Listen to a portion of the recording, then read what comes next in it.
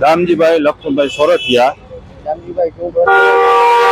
આ બિલ્ડિંગના માર્જિક બેલેલું નથી. અમે ઘણી અરજીઓ દીધેલી છે. સાઈડમાં જે દિવાલ પાડવાની છે એ પાડીને છેલ્લાના રસ્તાની આપ્યા છે અને આખું બિલ્ડિંગ ખુલ્લું કરવા માંગે છે અને અરજીમાં કોઈ અમને જવાબ આપતું નથી.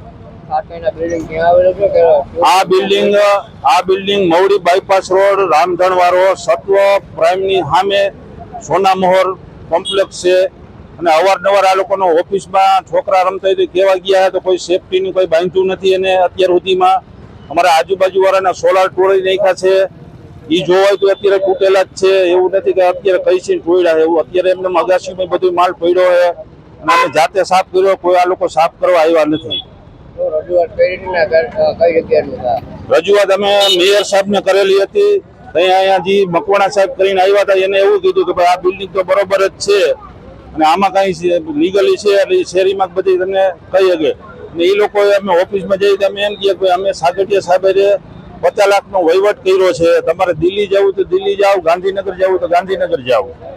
અમને આવા જવાબ આપે છે અને અમારી અરજીઓ ક્યાંય કોર્પોરેશનમાં આ લોકો અમારી અરજી લેતા જ નથી. ખાલી લઈને મેલી દઈએ છે. જાય છે એટલે એમ કે ઓલા સાહેબ આવે એટલે પૂછી લે, ઓલા સાહેબ આવે એટલે પૂછી લે. અમને કોઈ જાતનો જવાબ અત્યાર લગીમાં મળ્યો જ નથી. અમે આ 6 મહિનાથી અડીયું કાઢી. વિપુલ ગોવિંદભાઈ સરદાર.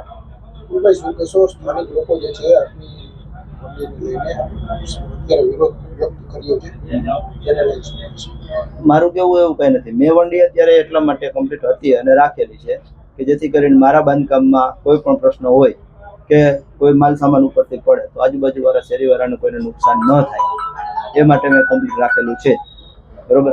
છતાં હવે મારું જે કામ પૂરું થવાનું છે, કમ્પ્લીશનમાં હું કામ મૂકીશ ત્યારે આરએમસીની ગાઈડલાઈન પ્રમાણે મને જો વંડી કાઢવાનું કહેશે તો હું વંડી કાઢીશ અને રાખવાનું કહેશે તો હું વંડી રાખીશ.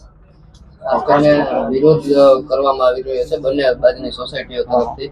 એ બાબતે શું કહેશો? એ તો મને ખ્યાલ નથી અને સેના પ્રત્યે વિરોધ છે શું છે. આદિ સુધી મારું કામ ચાલ્યું છે. હું ક્યારેય એમને નડ્યો નથી. બરોબર છે. એનો પ્રશ્ન મને કઈ તકલીફ છે નહીં. સોસાયટી દ્વારા આક્ષેપ લગાડવામાં આવે છે કે મહાનગરપાલિકામાં પૈસા દીધેલો હોય અથવા તો અરજી કરવા છતાં જવાબ નથી આપેલા. ના, એ વાત ખોટી છે. મારી પાસે કમ્પ્લીટ પ્લાન પાસ કમ્પ્લીટ 3 માળનો છે કે કેટલા માળ? 7 માળનો હોય તો જ હું કરું ને યાર. મને કે પૈસા વાળા 3 માળનો છે. બરોબર છે. તમે આરએમસીમાં ફરિયાદ કરી શકો છો. અમારા પ્લાન વિશે જાણી શકો છો. બરોબર છે. જો કોઈ પણ ડોક્યુમેન્ટ લેવલે કાંઈ પણ કામ પડતું હોય તો હું અહીંયા બેઠો છું.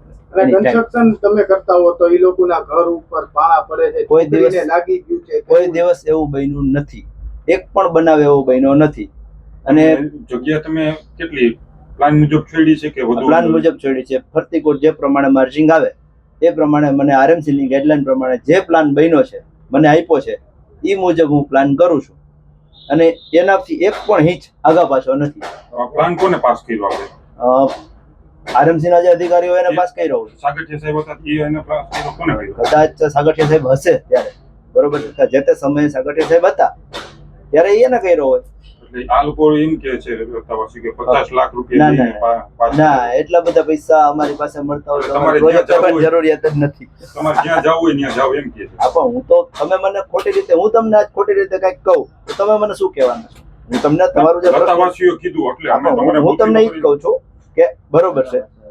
આદિ સુધી ક્યારેય પ્રોબ્લેમ આવ્યો નથી એ લોકો નહીં કે કોઈને હું ક્યારેય નડ્યો પણ નથી. અને શેરીની દિવાલ એને મેં હજી ખહાવી નથી કે જેથી કરીને એ લોકોને કઈ તકલીફ પડે એમ. એનું મેં ધ્યાન રાખ્યું છે પૂરતું. અને એ તમે જોઈ શકો છો હજી ઓલરેડી છે જ મારી પાસે બધું. બરોબર છે. કે હું ક્યારેય એને નડ્યો નથી. તો પછી પ્રશ્ન એ લોકોને ક્યાં છે? આરએમસી ની ગાઈડલાઈન મુજબ હું હાલીશ. મને આરએમસી કહેશે કે આ દિવાલ રાખો તો હું રાખી દઈશ. પ્લાનમાં તમે મૂકી છે કે નહીં? પેલા પ્લાનમાં દિવાલ હવે આરએમસી ના નિયમ મુજબ ના આવે. એનું રીઝન છે કે ફરતી કોરનું માર્જિંગ આરએમસી નિયમ મુજબ ખુલ્લું મૂકવાનું થાય. તો તમે ખોલી નાખશો તો આરએમસી કહેશે એમ. હું મારું નથી પ્લાન મુજબ તમારે પ્લાન મુજબ હાલીશ 100% પ્લાન ખોલ નાખશો ને? તો ખોલ નાખશો ને પ્લાન? હજી હું એકાદી વાર સાહેબને બોલાવી દઈશ. બરોબર છે કે ભાઈ મારે આનું શું કરવું. મને દિવાલ રાખે તો ફાયદો જ છે. કારણ કે જેમ હું કોઈને નથી નડવાનો એમ શેરીવાળાએ મને નથી નડવાના ને ભાઈ. કે મારું માર્જિંગ છે 10 ફૂટ, આજ હું ખુલ્લું કરી નાખું તો એ ગાડી અહીંયા મૂકી દે. મારે એને કહેવા તો કે નથી જવાનું. બરોબર છે.